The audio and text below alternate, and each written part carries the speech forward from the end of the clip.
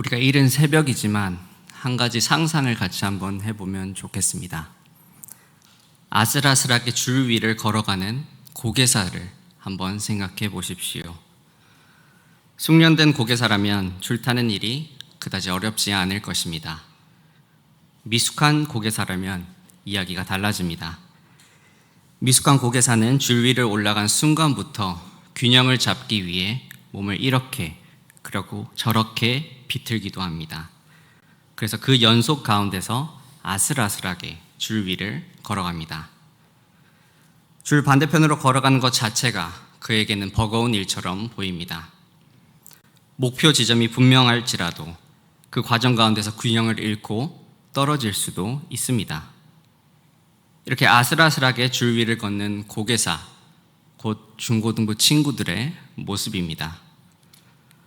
한 발달 심리학자는 청소년기에 있는 학생들을 고개사로 묘사하고 있습니다.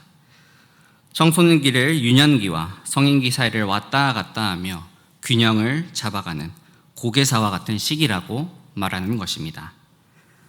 누구나 사춘기를 겪기 때문에 우리는 이 시기를 대수롭지 않게 여길 수도 있습니다. 그러나 초등학생을 지나 중학생, 그리고 고등학생으로 성장하는 친구들은 이 모든 경험이 처음입니다. 입시와 경쟁이라는 환경 속에서 친구들은 미래에 대한 불안에 대해 고민하게 됩니다. 관계의 문제에 있어서도 다양한 변화가 찾아오죠. 이제 가족이라는 울타리를 넘어 친구와 이성, 그리고 사회 속에서 내가 어떤 위치에 있나라는 생각을 하게 됩니다. 무엇보다 나는 누구인가 라는 정체성 문제를 통해서 자기 자신을 돌아보게 됩니다. 부모님과 교회로부터 배운 가치들, 그리고 오늘날 세상과 사회에서 통용되는 가치들을 저울질하는 것입니다. 즉, 내가 이 세상에 속한 사람인가 아니면 하나님께 속한 사람인가 라는 중요한 질문과 마주하게 되는 아주 중요한 시기입니다. 이렇게 학생들이 사춘기라는 시기에 나 자신과 신앙을 형성해 간다는 사실을 우리가 안다면 이 시기를 결코 가볍게 여길 수만은 없을 것입니다. 학생들 자신에게는 이런 과정이 너무나도 낯설고 어렵습니다. 누구나 처음 겪는 경험이기 때문에 그 경험은 어렵기 마련입니다. 이런 힘든 과정을 통해 친구들은 이제 부모로부터 독립하여 스스로 생각을 그리고 삶을 꾸려나갈 준비를 합니다. 이제 어른이 되어가는 과정을 밟는 것입니다. 이렇게 많은 고민들 가운데서도 가장 중요한 고민이 바로 하나님에 대한 고민입니다. 물론 이에 대해 크게 생각이 없는 친구들도 있습니다. 그래서 저와 선생님들은 친구들을 자극하기 위해 매주 노력합니다. 정말로 하나님께서 이 땅을 만드셨는지, 그러한 하나님이 존재하시는지, 2000년 전에 나를 위해 죽으신 그 예수님께서 정말로 나의 죄를 위하여 오셨는지, 그리고 지금 현대사회를 살아가는 나에게 예수님이 정말로 필요한지, 이러한 신앙적인 질문을 친구들에게 던지고 또 영적으로 자극하려 노력하고 있습니다. 하지만 여전히 하나님에 대한 의구심으로 가득한 친구들이 있습니다. 하나님이 없는 것 같다고 솔직하게 고백한 친구들도 있습니다. 하지만 겉으로 보이는 중고등부의 모습은 별 문제가 없는 것처럼 보일 수도 있습니다. 믿는 부모님에게서 태어난 믿음의 자녀들이 대부분 출석을 잘 하고 또 매년 입교를 통해 그들의 신앙을 우리가 목격하고 있기 때문에 우리는 중고등부 친구들이 전반적으로 잘하고 있다라고 생각하고 있을지도 모르겠습니다. 그러나 학생들의 믿음은, 그들의 신앙은 아직 형성 중에 있습니다. 겉으로 드러나 보이지 않더라도 친구들 각자가 여러 가지 환경과 상황 속에서 다양한 모습으로 씨름하고 있습니다. 심지어 신앙에 대해 고민이 없어 보이는 친구라 할지라도 그 친구는 속으로 다양한 고민 가운데 있음을 우리가 목격합니다. 이렇게 혼란스러운 시기를 살아가고 있는 중고등부 학생들이 어떻게 하면 하나님의 백성으로 살아갈 수 있을까요? 이에 대한 답변을 요한복음 1장 말씀을 통해 오늘 함께 살펴보고자 합니다. 오늘 본문에서 하나님으로부터 보냄을 받은 세례 요한은 빛으로 이 땅에 오신 예수님에 대해 이야기합니다. 그러나 아이러니하게도 말씀이신 예수님으로부터 지음을 받은 세상은 그분을 알지 못합니다. 심지어 하나님께서 택하신 백성들에게 오셨음에도 불구하고 이스라엘 백성들은 예수님을 영접하지 않습니다. 영접하지 않을 뿐만 아니라 오히려 예수님을 핍박하고 그를 십자가에 못 박기까지 합니다. 하나님과 언약을 맺은 이스라엘 백성들, 아브라함과 이삭과 야곱의 하나님으로부터 인도를 받은 이스라엘 백성들이었음에도 불구하고 그들은 예수님을 영접하지 않습니다. 오히려 하나님의 아들을 그들은 거부합니다. 오늘날 우리는 믿음의 부모 아래에서 자란 자녀들을 언약의 자녀라고 부릅니다. 하나님께서 이스라엘 백성들에게 그리고 예수님을 믿는 가정에게 허락하신 선물이자 약속입니다. 그러나 이스라엘 백성들이 그랬던 것처럼 하나님을 알고 있으나 여전히 예수님을 영접하지 않은 친구들이 있습니다. 어쩌면 제가 생각한 것보다 훨씬 더 많은 친구들이 그런 상태에 있는 것은 아닌가 생각하게 됩니다. 중고등부 친구들이 하나님을 모르는 것이 절대 아닙니다. 어려서부터 교회 학교에서 신앙교육을 받은 친구들은 하나님을 잘 압니다. 하나님의 창조, 예수님의 구속, 그리고 종말에 이르기까지 그들은 하나님에 대해서 잘 알고 있습니다. 중고등부 모임에서 친구들이 대답을 하는 모습을 보시면 아마 깜짝 놀라실 겁니다. 그러나 그들의 삶을 보면, 예배를 드리는 태도를 보면 마치 그들은 하나님이 없는 듯한 태도를 보입니다. 예배 시간에 졸고 집중하지 못하고 딴 생각을 하기도 합니다. 이러한 모습을 보았을 때 성도분들의 마음은 어떠신가요?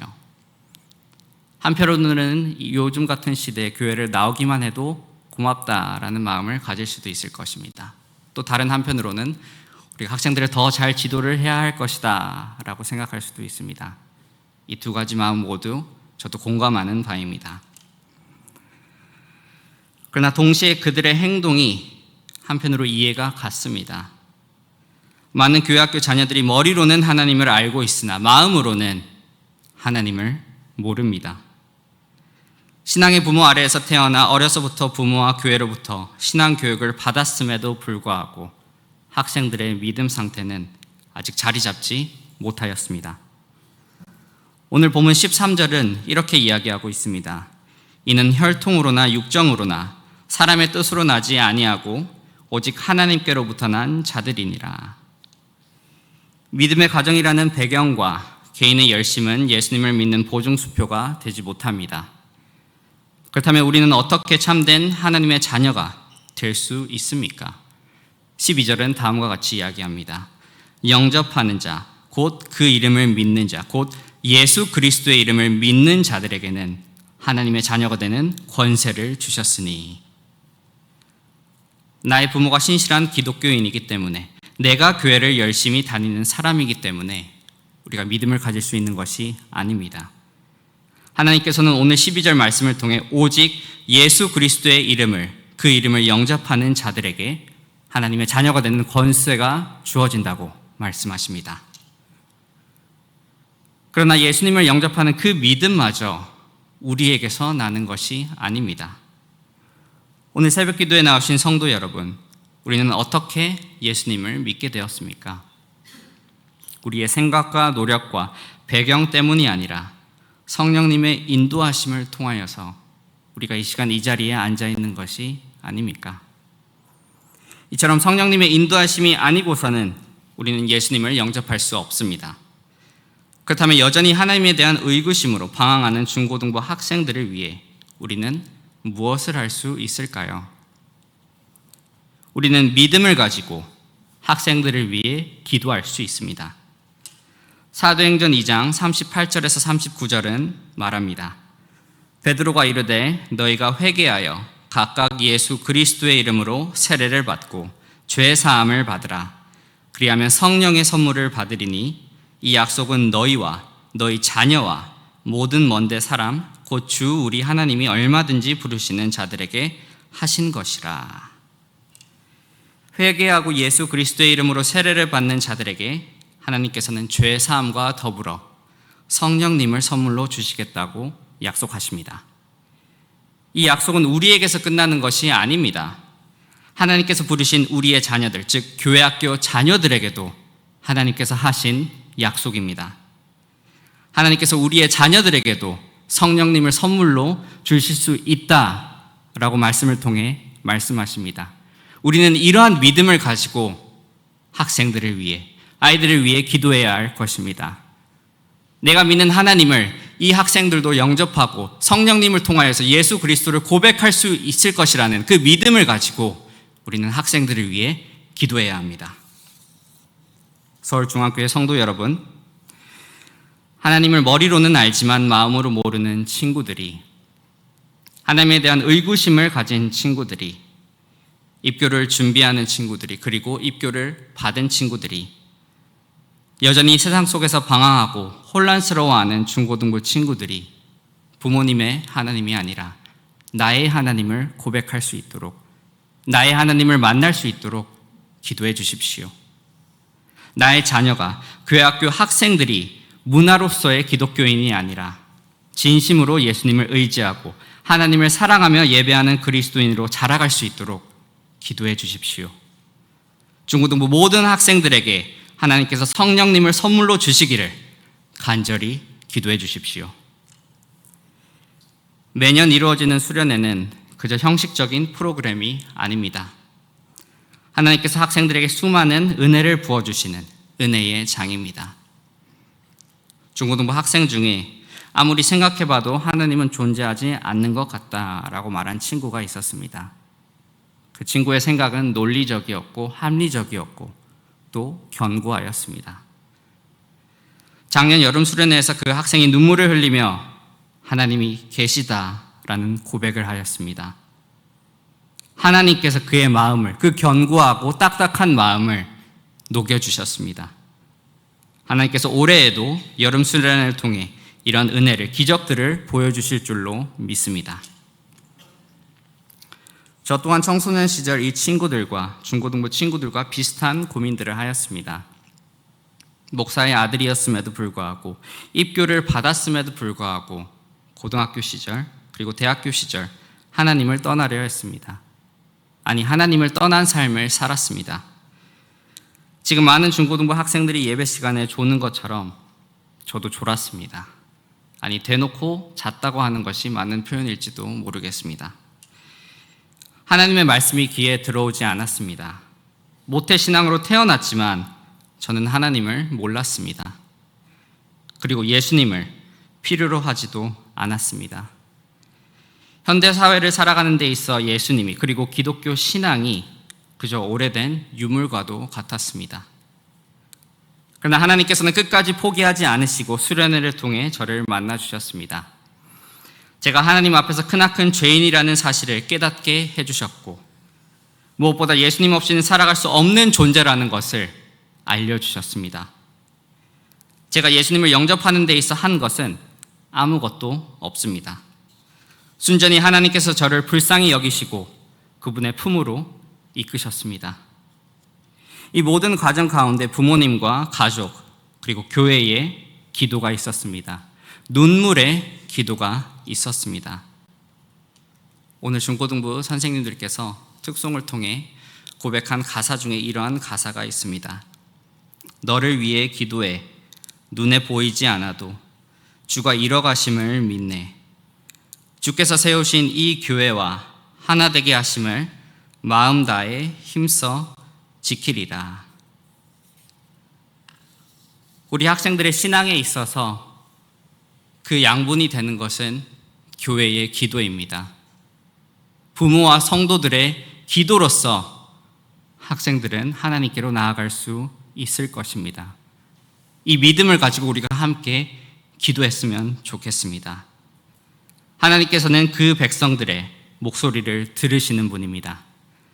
하나님께서는 성도의 간절한 기도를 통해 그분의 백성을 구원하시길 원하시고 또 구원하시는 분이십니다. 사랑하는 서울중앙교회 성도 여러분, 올해 중고등부 수련회 주제는 행함과 진실함으로 서로 사랑하는 중고등부입니다. 학생들이 이번 수련회를 통해 그리스도의 무한한 사랑을 경험하고 예수님을 영접할 수 있도록 기도해 주십시오. 하나님께서 서울중앙교회에 선물로 주신 모든 교회학교 자녀들, 믿음의 자녀들이 그리스도를 통한 구원과 더불어서 참된 그리스도인으로 자라갈 수 있도록 함께 기도하여 주십시오. 고개사와 같은 시기를 경험하는 중고등부 친구들이 흔들리는 줄 위에서 두려워서 바닥을 내려다보는 것이 아니라 하늘을 쳐다볼 수 있도록, 이 세상의 것들을 의지하며 나가는 것이 아니라 하나님을 의지하며 살아갈 수 있도록 중고등부 학생들을 위해 기도해 주시길 바랍니다. 중고등부 학생들의 변화를 통해 다음 세대가 이어지고 교회가 활력을 얻으며 무엇보다 그 가정 가운데 가정과 교회의 회복이 이루어지기를 간절히 소망합니다. 이 시간 우리 다 함께 기도하겠습니다.